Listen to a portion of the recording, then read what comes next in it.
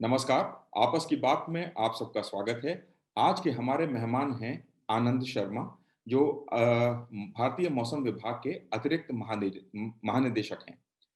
इनसे हम जलवायु परिवर्तन और वायु प्रदूषण इन 2 विषयों पर आज बात करेंगे। तो समय बर्बाद किए बगैर सीधे चलते हैं आनंद शर्मा जी के पास। आनंद शर्मा जी ये बताएँ कि जब भी जलवायु परिवर्तन की या वायु प्रदूषण की बात होती है, तो सारा का सारा विमर्श दिल्ली के आसपास टिक जाता है आके, कि पराली जलाई जा रही है पंजाब में और इस कारण यहाँ पे इतना धुआँ हो रहा है और वायु प्रदूषण हो रहा है। लेकिन ये परेशानी तो पंजाब से लेके पटना तक होती है, सर्दियों के बीच में। इसके क्या कारण हैं? पराली क्या सबसे बड़ा कारण है या एक कारण है? और इसके भौगोलिक कारण क्या हैं? इन पर थोड़ी-सी चर्चा कीजिए। जी, बिल्कुल, बिल्कुल। तो पहले तो मैं यही कह दूँगा कि इस समय तो कोई पराली जल नहीं रही है, मगर हमारी फिर भी प्रदूषण स्तर बढ़ा हुआ है आजकल, तो एक बात हो गई। तो आपने बिल्कुल ठीक कहा पंजाब से लेकर पटना तक और इवन पाकिस्तान से लेके पटना तक, ये जो पूरा जो प्लेन्स एरिया है इसमें जो प्रदूषण की समस्या है बिल्कुल ज़्यादा है एज़ कम्पेयर टू जो कि जो बाकी के यदि कोई दूसरे लोग कहते हैं कि मुंबई में ऐसा क्यों नहीं है, अहमदाबाद में ऐसा क्यों नहीं है, पूना में ऐसा क्यों नहीं है। तो इसकी जो आपने बिल्कुल सही कहा, एक विशेष भौगोलिक परिस्थितियाँ और ये समस्या आप देखते हैं कि जब-जब हम कहते हैं विंटर्स की ओर अप्रोच करते हैं, तब ये समस्या बढ़ जाती है। तो इसका मतलब ये कोई सीज़न से रिलेटेड चीज़ है और आपको तो मालूम है कि हमारे हर सीज़न हमारे यहाँ 4 सीज़न डिफाइन करे हैं इंडिया मेट्रोलॉजिकल डिपार्टमेंट ने, जिसमें हम जनवरी-फरवरी को विंटर सीज़न लेते हैं, मगर दिसंबर को भी ऐड कर लेते हैं। तो दिसंबर, जनवरी, फरवरी विंटर सीज़न हो गया और आपका मार्च, अप्रैल में समर सीज़न हो गया और प्री मानसून सीज़न भी कह सकते हैं इसको। जून, जुलाई, अगस्त, सितंबर जो है आपका 4 महीना मानसून हो गया और उसके बाद का सीज़न जो है अक्टूबर, नवंबर, दिसंबर, जिसको हम पोस्ट मानसून भी कह देते हैं कई बार और नॉर्थ ईस्ट मानसून का सीज़न भी कहते हैं। तो जैसे-जैसे हम मतलब कि मानसून सीज़न की बात जब तक मानसून चल रहा है आपका, तो प्रदूषण जो भी हो रहा है, तो क्या होता है वो इकट्ठा नहीं हो पाता। उसके 2-3 कारण हैं। एक तो ये है कि वर्षा हो रही है मानसून सीज़न में, तो वो वर्षा को हम कहते हैं नेचुरल स्कैवेंजर कि नेचर ने, प्रकृति ने में एक फ्री में एक स्वीपर दे रखा है, स्कैवेंजर सफाई वाला दिया हुआ है, जो हमारे को जो हम प्रदूषण करते हैं उसको साफ करता रहता है। तो वो हो गया। दूसरा, तेज हवाएँ भी चलती रहती हैं, तो वो तेज हवाएँ जो हैं वो प्रदूषण को इकट्ठा होने नहीं देती, एक जगह से दूसरी जगह ले जाती हैं, 2। और ऐसे ही प्री मानसून सीज़न की बात करें तो हीटिंग इतनी ज़्यादा होती है कि कहते हैं और तेज हवाएँ चलती हैं, जिसे हम थंडरस्टॉर्म, डस्ट स्टॉर्म भी होते हैं, तो वो प्रदूषण को उड़ा के ले जाती हैं। तो ये एक मुख्य कारण, यानी कि ये आपकी भौगोलिक स्थिति यानी जो सीज़न है वो डिफाइन कर रहे हैं कि पॉल्यूटेंट इकट्ठे होंगे, नहीं होंगे। तो यानी कि प्री मानसून और आपके मानसून सीज़न में atmosphere is unstable. Unstable atmosphere का मतलब ये है कि उसमें जो भी चीज़ हम रिलीज़ करेंगे पॉल्यूटेंट्स, वो अनस्टेबल होने के कारण वो खत्म हो जाएगा। तो कैसे खत्म हो जाएगा? क्योंकि अनस्टेबल एटमॉस्फेयर का मतलब होता है एक तो टेम्परेचर जैसे-जैसे नीचे से ऊपर जाते हैं, धरती का टेम्परेचर सतह से ऊपर जाते हैं तो तापमान गिरता है। और यदि कोई लो प्रेशर सिस्टम हो, जिसे हम कहते हैं कम दबाव का क्षेत्र, उसमें विंड्स जो हैं आपके एंटी साइक्लोनिक घूमती हैं और जब वो एंटी साइक्लोनिक घूमती हैं तो वो ऊपर की ओर जाती हैं। तो उसी के चलते नमी ऊपर जाती है, बादल बनते हैं, बारिश होती है। तो अनस्टेबल एटमॉस्फेयर के चलते पॉल्यूटेंट्स इकट्ठे नहीं हो पाते। और जैसे ही हम मानसून खत्म होता है और आगे को बढ़ते हैं, तापमान गिरने लगता है और मानसून जब खत्म होता है तो उसके जो किस बेसिस पे डिफाइन करते हैं कि एक एंटी साइक्लोन बनना शुरू हो जाता है। तो साइक्लोनिक सर्कुलेशन की जगह एंटी साइक्लोनिक सर्कुलेशन बन गया आप। तो एंटी साइक्लोनिक सर्कुलेशन मतलब कि एटमॉस्फेयर अब स्टेबल हो गया है। अब स्टेबल एटमॉस्फेयर जब एक बार हो गया और आगे आगे जब विंटर्स की अब दिसंबर में आ गए तो इन्वर्जन डेवलपमेंट शुरू हो गया। इन्वर्जन का मतलब है कि सामान्यतः जब सतह से मैंने पहले बताया कि जैसे जैसे हम ऊपर जा रहे हैं तो तापमान गिरता है, जो उसको राइट, मगर इन्वर्जन का मतलब है इन्वर्ट हो गया, उल्टा हो गया है। अब तापमान नीचे से जा रहे हैं ऊपर की ओर, तो तापमान गिर नहीं रहा है, बढ़ रहा है। और that makes the atmosphere stable. Stable भी है और इन्वर्जन भी है। तो ऐसी स्थिति में हम कहते हैं कैपिंग ऑफ द एटमॉस्फेयर, कि एटमॉस्फेयर पे ढक्कन लग गया। ठीक वैसे ही जैसे आपने एक मटका लिया और मटके में आपने कुछ चीज जलाई, ऊपर से ढक्कन रख दिया, तो वो धुआं कहाँ जाएगा? धुआं तो अंदर ही रहेगा। मगर जब ढक्कन हटाएंगे तो धुआं बाहर निकलेगा और डिस्पर्स होकर खत्म हो जाएगा। और एटमॉस्फेयर में भी ठीक ऐसा ही हो रहा है। स्टेबल हो गया, एंटी साइक्लोन बना हुआ है, इन्वर्जन है, तो कैपिंग हो गई, ढक्कन लग गया। अब वो पोल्यूटेंट्स और हवा भी तेज नहीं, जब एंटी साइक्लोन होता है हवा तेज नहीं चलती है, काम कंडीशन आजकल आप देख लीजिए, तो तेज हवा नहीं है, बारिश नहीं है, एटमॉस्फेयर स्टेबल है, इन्वर्जन है, तो पोल्यूटेंट्स वहीं के वहीं इकट्ठे हो जाएंगे। पराली अभी नहीं जल रही है मगर पोल्यूशन बढ़ा हुआ है। तो ये आपका डिसाइड करेगा स्टेबिलिटी, एटमॉस्फेयर की स्टेबिलिटी के ऊपर, कि स्टेबल है या अनस्टेबल है। तो यही कारण है। और दूसरा पोल्यूशन का, तो रावण के तो 10 ही सिर थे, पोल्यूशन के तो 100 सिर है। मतलब यानी 100 इतने सोर्सेज से पोल्यूशन आ रहा है। पराली जलना तो एक मात्र है, उसके अलावा जो आपकी कहते हैं गाड़ियां बेताशा बढ़ रही हैं। हर किसी को छोटी नहीं बड़ी गाड़ी चाहिए, एक नहीं चाहिए, 2 या 3 चाहिए, एक ऑड नंबर की चाहिए, एक इवन नंबर की चाहिए। और कहीं को तो मैं देख रहा हूँ आसपास ही हमारे 6 गाड़ियां भी रखी हैं, 8 भी रखी हैं लोगों ने गाड़ियां। तो गाड़ी के नंबर भी बढ़ रहे हैं। दूसरी बात है घर, सभी को बड़ा घर चाहिए। एक बेडरूम का घर नहीं चाहिए, 2 बेडरूम का नहीं चाहिए, लोगों को चाहिए 4 बेडरूम, विला, पेंट हाउस, ऐसे बड़े बड़े घर चाहिए।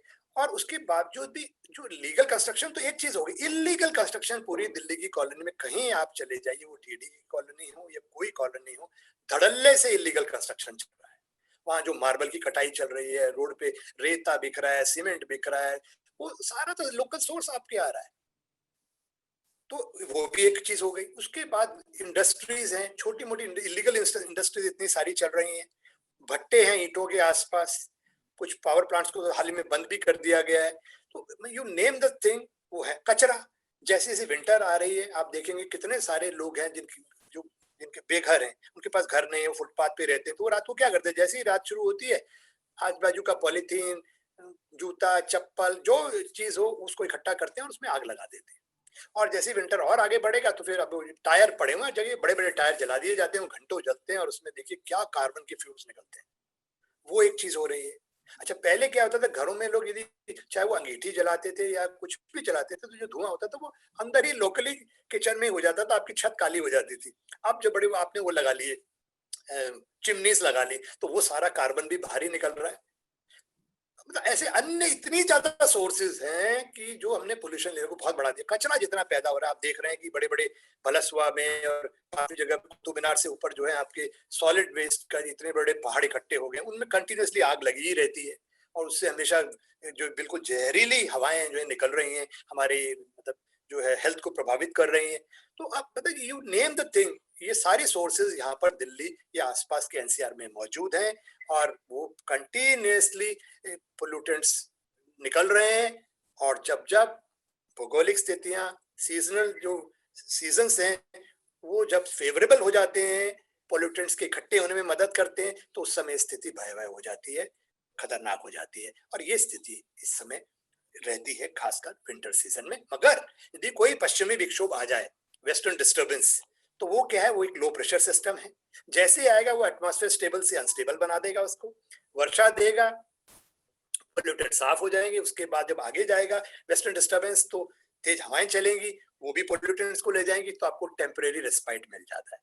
और जैसे ही उसके वो चला जाता है, उसके बाद फिर एक बार स्टेबल एटमॉस्फेयर हो जाता है, रेडिएशन वापस जाएगी और फिर वो सारी समस्या दोबारा से एक बार फिर शुरू हो जाती है। तो ये चक्र चलता रहता है। यदि रेगुलर इंटरवल पे वेस्टर्न डिस्टर्बेंसेस आते रहे तो पॉल्यूटेंट्स का लेवल कम होता जाता है। जैसा कि आपने इस बार दिवाली के आसपास देखा होगा, एक वेस्टर्न डिस्टर्बेंस आया और उसने काफी हद तक क्लीनिंग कर दी और काफी लंबे समय से आप देख रहे हैं उतनी समस्या नहीं है जितनी की अक्सर होती है। जी सर, इसी में एक सवाल उठता है कि बहुत से लोग जो अब 70 या 75-80 साल के करीब हो गए हैं, वो कहते हैं कि हमारे जमाने की दिल्ली जो थी वो तो सर्दियों में भी वहाँ खुली धूप रहती थी, लेकिन उनके जमाने की दिल्ली का जो आकार था और आज की दिल्ली के आकार में काफी अंतर है।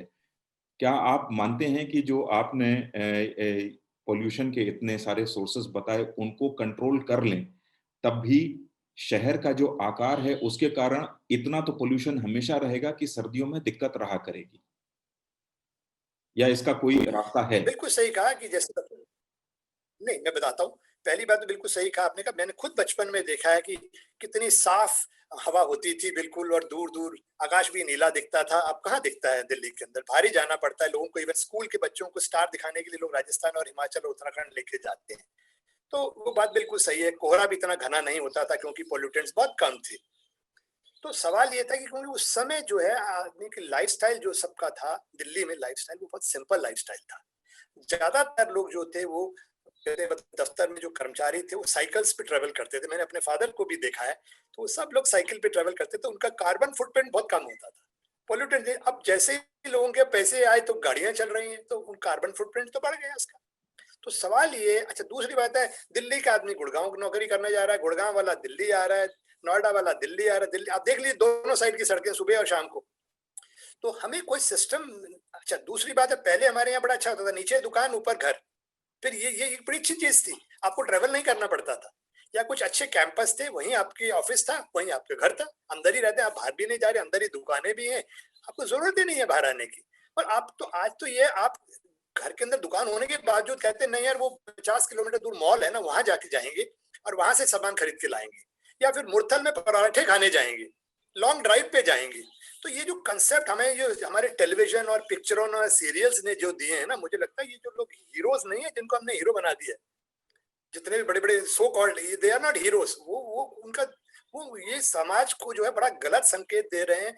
ज्वेलरी लोग उसी को देख के, हर जरूरत है नहीं, कपड़ों की जरूरत नहीं है मगर खरीदे जा रहे हैं। यंग दिखाई देना है तो बाल को डाई कर रहे हैं, बहुत सारी चीजें मतलब जिनकी जरूरत ही नहीं है। अच्छा वाला स्किन है, वो कोई एडवर्टाइजमेंट करने आता है और बोलता है आप इससे गोरे हो जाएंगे, तो लगा, तो मतलब आप अननेसेसरली चीजें ओवर यूज कर रहे हैं, ग्रीड के चलते ज्यादा चीजों का इस्तेमाल कर रहे हैं, उनकी जरूरत ही नहीं है आपको। तो मेरा ये कहना है, be simple and let the nature guide you. आप नीट पे ध्यान दें, जो पहले हमारे यहाँ दिया जाता था, जितनी चादर है उतने पैर पसारो, दाल रोटी खाओ, प्रभु के गुण खाओ, तो मतलब सोच एक अच्छी थी समय की। अब सोच बदल गई, अब तो यह है कि नहीं भाई लॉन्ग ड्राइव पे जाना है, और मतलब कि जो भी मतलब कि जो कि सस्टेनेबल नहीं है वो सारी चीजें हम करते जा रहे हैं। तो मुझे लगता है वो एक सोच बदलनी होगी पहले तो।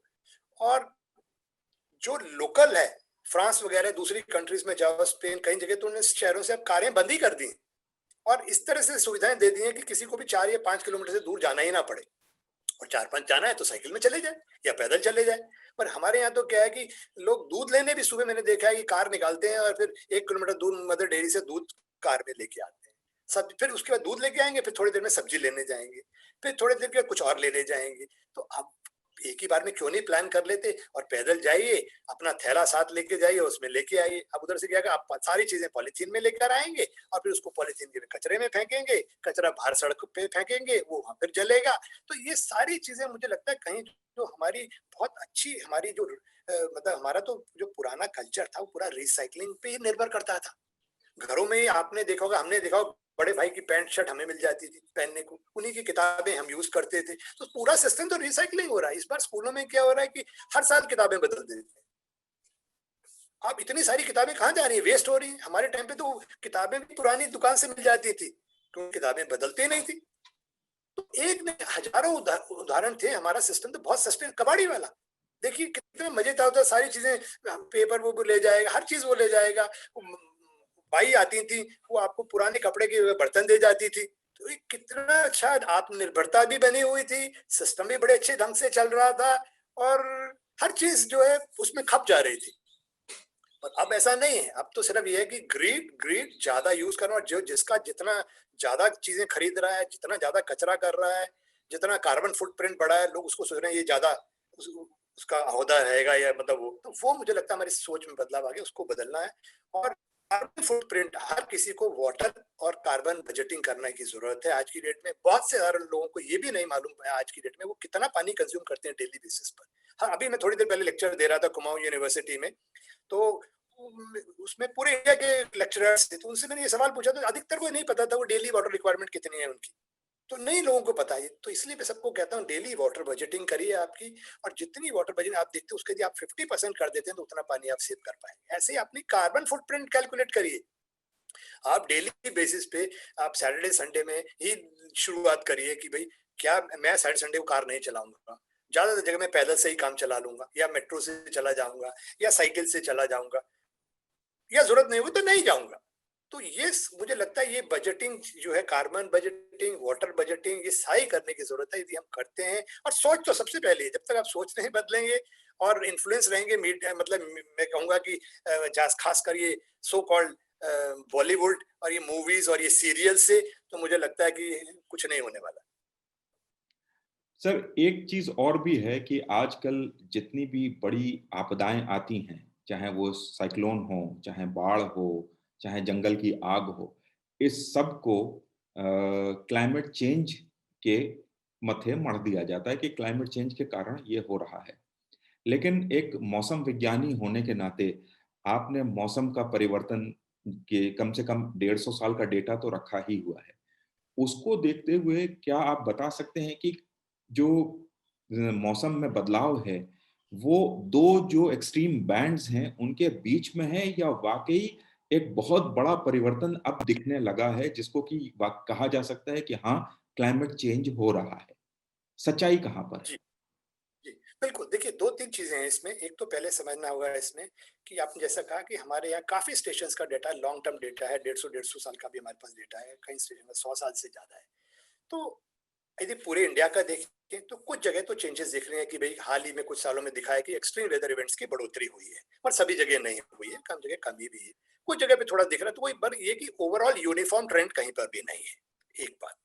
दूसरी बात, जैसे आपने कहा बाढ़, सूखा, यदि आप 150 साल का डेटा उठा के देखें, तो पहले भी बाढ़ें आती थी, सूखे पड़ते थे, भयंकर सूखे पड़े हैं, अकाल भी पड़े हैं और भयंकर बाढ़ भी आई है। अब बिहार का केस देख लें तो रिवर ऑफ सॉरो कहते हैं कोसी नदी को।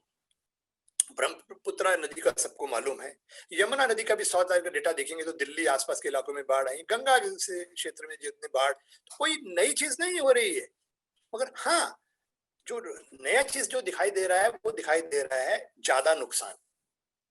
नुकसान अब ज्यादा हो रहा है, शायद डेथ्स भी कहीं कुछ जगहों पे ज्यादा हो रही हैं, कुछ जगह कम भी हुई हैं। तो इसमें दो तीन चीजें मैं कहूंगा। एक होता है इंटर एनुअल क्लाइमेट वेरिएबिलिटी, यानी कि जो 150 साल का डेटा देखते हैं तो वो दिखाता है साइक्लिकल है, कोई डेफिनेट साइकिल भी नहीं है। भी बाढ़ भी आती, कभी किसी साल में वर्षा बहुत कम होती है, किसी साल में वर्षा बहुत ज्यादा होती है। जैसे मैं देहरादून का आपको एग्जांपल दूं तो मानसून सीजन में 4 महीने में 2000 मिलीमीटर तक वर्षा मिल जाती है वहां पर। और ऐसा भी है, बहुत साल पहले, 80 साल पहले, 90 साल में सिर्फ मात्र 1150 या 1200 ही हुई, और कई साल में 3200 भी मिली। तो आप देख रहे हैं कि कहाँ 1150 से लेकर 3200 के बीच में वेरिएबिलिटी है। मगर अब यदि 1200 यदि या 1300 हो जाए देहरादून में तो लोग कहेंगे तो ग्लोबल वार्मिंग क्लाइमेट चेंज के कारण हो रहा है। जबकि वो पहले उस समय जब ग्लोबल वार्मिंग की कोई बात नहीं थी, क्लाइमेट चेंज जब उस समय हो चुका है। तो मैं यही कह रहा हूँ कि please do not jump to conclusions.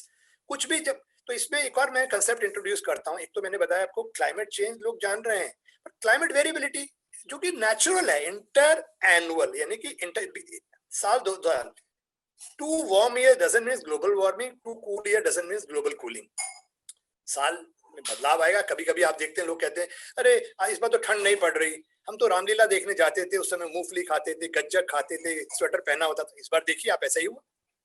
इस बार की जो थी उस समय ठंडक थी। उस समय अक्टूबर का महीना कहा गया बहुत ठंडा, इतने सालों बाद ठंडा। और अक्सर आप ये भी देखते हैं कि 100 साल का रिकॉर्ड टूट गया या 70 साल का रिकॉर्ड टूट गया। भाई रिकॉर्ड टूटा इसका मतलब उससे पहले भी तो ये हुआ था, तो उस समय तो आपने कुछ नहीं कहा। तो इसलिए मेरा कहने का मतलब है, do not jump to conclusion immediately कि भाई ये। और आजकल ये हो गया कि everything blame it on global warming and climate change, क्योंकि वो बड़ा अच्छा सूट करता है, करप्ट लोगों को बहुत सूट करता है, क्योंकि उसके चलते वो हर कुछ गलत काम कर सकते हैं। और मुझे लग रहा है उससे हमें बचना होगा। और दूसरा मैं कंसेप्ट दे रहा हूँ, normal, below normal, above normal and अब नॉर्मल। नॉर्मल का मतलब ये हुआ कि जैसे कि आज दिसंबर 5 की बात करते हैं तो दिल्ली में मैक्सिमम टेम्परेचर मान लीजिए हाइपोथेटिकली 25 के आसपास होना चाहिए। तो वो हो गया सामान्य तापमान। सामान्य तापमान का क्या मतलब हुआ कि पिछले 30 साल का 5 दिसंबर का मैं डेटा को, टेम्परेचर को ऐड करूंगा और 30 से डिवाइड करूंगा, जो फिगर आएगी वो मेरा normal temperature of the day हो गया। मगर यदि मैं 100 साल का डेटा उठाऊंगा या 1.25 साल या 150 साल का दिल्ली का डेटा, तो मेरे को मैं पाऊंगा कि ये 25 नहीं है, कभी ये 18 भी हुआ है और कभी ये शायद मेरे ख्याल कहते हैं 30-31 भी गया है। तो मेरी इंटर एनुअल क्लाइमेट वेरिएबिलिटी कितनी हो गई? 18 से 31 के बीच में। यानी कि जब ये 25 से नीचे होगा तो मैं कहूंगा बिलो नॉर्मल, और जब ये 25 से ऊपर होगा तो मैं कहूंगा इसको अबव नॉर्मल। राइट? मगर लोगों का क्या है, जब ये बिलो नॉर्मल होता है या अबव नॉर्मल होता है उसको कह देते हैं एबनॉर्मल है। वो एबनॉर्मल नहीं है, वो इंटर एनुअल क्लाइमेट वेरिएबिलिटी है। और यदि सडनली आप देखें आज तक कभी 35 नहीं गया है और ये 35 चला जाए तो आप उसको कहोगे ये एबनॉर्मल है। और एबनॉर्मल किसके कारण है? हो सकता है ग्लोबल वार्मिंग, क्लाइमेट चेंज के कारण हो। और वो भी आपको कंसिस्टेंटली होना है। मतलब आपकी चेंज आ गई है तो आप कह रहे हो ना कि चेंज है, it is not not irreversible, तो ये 35 ही रहना चाहिए। मगर कई बार ऐसा भी देखा 31 नहीं 32 हो गया, थोड़ा बहुत बढ़ सकता है क्योंकि अब अर्बन हीट आइलैंड कंपोनेंट भी है उसमें। तो अब अगले 32 कंटिन्यू तो नहीं कर रहा है ना, उसके बाद तो फिर वो सामान्य स्थिति में आ जा रहा है या बिलो नॉर्मल हो जा रहा है। तो इसीलिए बिलो नॉर्मल और अबव नॉर्मल को एबनॉर्मल की बिल्कुल कंफ्यूज मत कर दीजिए। यही सेम वर्षा में हो रहा है, जब कम वर्षा हो रही है तो आप कह दे रहे हो क्लाइमेट चेंज, ग्लोबल वार्मिंग। ज्यादा वर्षा हो जा रही है तो ग्लोबल वार्मिंग, क्लाइमेट चेंज। और समस्या क्यों बढ़ गई है, जब आप चाहे देख लीजिए, शहरों की बात कर लूं मैं यहाँ पर, चाहे वो चेन्नई हो, चाहे मुंबई हो, चाहे दिल्ली हो, हैदराबाद हो, बेंगलोर हो, सब जगह फ्लडिंग हो रही है, अर्बन फ्लडिंग। वो क्लाइमेट चेंज के कारण नहीं हो रही है, it is because of land use, land cover change. यानी कि आपने लैंड यूज सिटी का चेंज कर दिया। आपने जो कच्ची जमीन थी वहां पे अब फुटपाथ बना दिए, सड़कें बना दी, जो पानी नीचे जाता था अब नीचे नहीं जा रहा है। आपने डिवाइडर बना दिए सड़कों के, नहीं तो ज्यादा पानी इस साइड होता था वो दूसरी साइड के नाले से निकल जाता था। अब इधर का पानी इधर रह गया, उधर का उधर रह गया। बीच में आपने ये भी नहीं सोचा कि बीच में हम थोड़ा सा पानी को आने जाने का रास्ता छोड़ दें। फिर आपने कितनी जगह पे मेट्रो के भी कह रहे हैं, किसी का कहना है कनॉट प्लेस में जो अब कौन सी अग्रसेन की बावड़ी है उसमें पानी होता था, कई बार कंस्ट्रक्शन के कारण उस पर प्रभावित पड़ा। तो कहीं नीचे जो सोर्सेज जा रही है वो प्रभावित हो सकती हैं। तो हमें ये ध्यान देना है कि जब हम कंस्ट्रक्शन कर रहे हैं तो हम कहीं नेचुरल जो हमारे ड्रेन्स हैं आदि उनको खराब तो नहीं कर रहे हैं। दूसरा एग्जांपल देता हूँ, दिल्ली के आसपास बड़े बड़े नाले थे, वो सारे जो है स्टॉर्म वाटर ड्रेन्स थे। एक एग्जांपल है दिल्ली हाट जो आईएनए में, वो पूरा नाला था। बचपन में हमने उसको देखा कि वो मानसून सीजन में एकदम बिल्कुल नदी का रूप होता था, इतना चौड़ा और इतना पानी होता था उसमें, आप देख के दंग रहे, लोग सोच भी नहीं पाए उस पे आज दिल्ली हाट बना हुआ है। आपने उसको कवर कर दिया, अब वो पानी कहाँ जाएगा? आपने तो ड्रेन का पानी तो जगह नहीं छोड़ी, तो इधर उधर घुसेगा। आपने टेम्पल बना दिया, कहते हैं जो आपका स्टेडियम्स बना दिए आपने यमुना नदी के उसमें फ्लड प्लेन के अंदर। तो कितनी सारी कंस्ट्रक्शन जो है वो इलीगल है, जो कि फ्लड प्लेन में नहीं होनी चाहिए। Flood plain is for the river, not for people to construct. आप पार्क बना लो, पेड़ लगा लो, वो ठीक है, मगर आप बिल्डिंग्स बनाओगे और ये सब करोगे, ड्रेन्स को ब्लॉक करोगे, तो क्या होगा? वो पानी आपके घरों में घुसेगा और उसको कहीं रास्ता ही नहीं मिलेगा, तो इकट्ठा होगा, अर्बन फ्लडिंग होगी। और आपने अक्सर देखा होगा मानसून सीजन में मिंटो ब्रिज की हालत क्या होती है, बस तक डूब जाती है। और वहीं आप यदि पूरी नई दिल्ली के ज्यादातर एरिया की बात देखें, जो पुरानी ब्रिटिश ने कंस्ट्रक्शन करी है, उस किसी भी एरिया में आपको प्रॉब्लम नहीं मिलेगी कभी भी, क्योंकि प्रॉपर प्लानिंग से उसको बनाया गया है। चंडीगढ़ में प्रॉपर प्लानिंग से बना कोई समस्या नहीं, मगर अब चंडीगढ़ के आसपास जितनी भी न्यू कॉलोनीज आ गई, उन्होंने सारा उसका जो वाटर जो बाहर निकलता वो बंद कर दिया। अब समस्या चंडीगढ़ में आनी शुरू हो जाएगी। तो सवाल ये उठता है, चीज प्लानिंग से की जाए। और एनक्रोचमेंट सबसे बड़ी बात है, इलीगल कंस्ट्रक्शन और एनक्रोचमेंट को कोई नहीं रोक रहा। चाहे वो श्रीनगर हो, डल लेक पे पूरे मकान बन चुके हैं, नाले जो तो सारे घर बने हुए हैं वो बने। चेन्नई में जो आपका आईटी सिटी जहां आई है, पूरा आईटी का हब आया, पूरा वो वहां पे कहते हैं मार्शलैंड्स होती थी बिल्कुल। बैंगलोर, दिल्ली की बात कर लें तो यदि पुरानी टोपो शीट उठाएंगे आप देखेंगे तो 500 लेक्स या वाटर बॉडीज थी। आज आप दिल्ली का सर्वे कर लीजिए, आपको शायद मेरे ख्याल 25 भी नहीं मिलेंगी वो वाटर बॉडीज। वो कहाँ गई? तो किसी एक्सपर्ट से आप पूछोगे तो आपको बड़ा अच्छा सा एग्जांपल दे देगा यूएसए में बैठ के कि जो वाटर बॉडीज हैं ये खत्म क्यों हुई। वो कहेगा देखिए आपका ग्रीन हाउस गैसेस बढ़ गई पोल्यूशन के कारण। ग्राफ बिल्कुल सीधा ऐसे दिखाई देगा। फिर दूसरा ग्राफ वो बनाएगा इंक्रीज इन टेम्परेचर, यानी कि ग्लोबल वार्मिंग। और बात सही है, ग्लोबल वार्मिंग हमारे यहाँ हो रही है, 0.7 की इंडिया में भी है। तो ग्रीन हाउस गैसेस यानी कि CO2 इंक्रीज हुआ, आपका टेम्परेचर इंक्रीज हो गया, उसके चलते एवापोर ट्रांसपिरेशन हुआ, यानी पानी उड़ गया, तो नदियां सूख, आपकी लेक्स सूख गई। लॉजिक परफेक्ट है, और वो लॉजिक नहीं है। माफिया ने उसके ऊपर मलबा डाला, उसको भरा और उसके ऊपर बिल्डिंग्स बना दी। सही भी नदी शायद आपको मालूम नहीं होगा, गुड़गांव से नजफगढ़ ड्रेन से होती हुई जाती थी, वो कहाँ है सही भी नदी? उसमें तो पूरे पे गुड़गांव बस है आज की डेट में। तो ये सारे इशू हैं कि प्लानर्स को ये पता नहीं है किस तरह की आप बिल्डिंग बना रहे हैं। पूरा गुड़गांव चले जाइए, कहीं भी हो रही है, पता नहीं कौन से आर्किटेक्ट्स हैं, वो सारी कांच की बिल्डिंग बना रहे हैं। कांच की बिल्डिंग टेम्परेट कंट्रीज में बनाई जाती है, ट्रॉपिकल कंट्रीज में नहीं बनाई जाती हैं। इसलिए बनाई जाती है कांच की बिल्डिंग कि उससे लॉन्ग वेव रेडिएशन, जो शॉर्ट वेव रेडिएशन सन से आती है, वो अंदर जाके इंटरेक्ट करती है और उसके बाद वो लॉन्ग वेव बन जाती है, वो बाहर नहीं निकल पाती है और टेम्परेचर बढ़ा देती है। और ठंडे जगहों पे उनको अपना टेम्परेचर बढ़ाना है। यहाँ तो आप उसको बढ़ा के अपना एसी का बिल बढ़ा रहे हैं 25%। तो किस तरह के डिजाइनर है हमारे आर्किटेक्ट्स हैं, किस तरह के प्लानर है, हमारे टाउन प्लानर कहाँ पर बैठा हुआ है? तो ये मुझे लग रहा है कि हमारे मुद्दे ये हैं, हमारी लैंड यूज, लैंड कवर मेरे लिए सबसे बड़ा मुद्दा है इस समय। यदि आप इलीगल कंस्ट्रक्शन नहीं रोकोगे, एनक्रोचमेंट नहीं रोकोगे, तो आपके डैमेजेस ज्यादा होंगी। आप चाहे देख लीजिए, समुद्र के पास में 500 मीटर तक कोई कंस्ट्रक्शन पर धड़ल्ले से कंस्ट्रक्शन हो रहा है। जब सुनामी आई थी, लोग क्यों मरे? क्योंकि वो समुद्र में हर कोई चाहता है। अगर जो घर भी खरीदने में आपसे पूछूंगा ऑप्शन कहाँ चाहिए आपको, तो आप कहेंगे एक समुद्र के पास होना चाहिए और एक पहाड़ पे होना चाहिए। और वो भी दोनों जगह पे ऐसी जगह पे बनाएंगे आप जो कि स्टेबल है। कि पहाड़ पे घर बनाना तो आपको देखना पड़ेगा जियोलॉजिकली वो स्टेबल है, रॉक की नहीं है, राइट? और आप ब्रिटिश की जितने भी कंस्ट्रक्शन देख लीजिए पूरे हिमालय के अंदर, एक कोने से लेकर दूसरे कोने तक, नॉर्थ वेस्ट से नॉर्थ ईस्ट, एक भी बिल्डिंग आज 100 साल हो गए, एक भी बिल्डिंग को कोई नुकसान पहुंचा।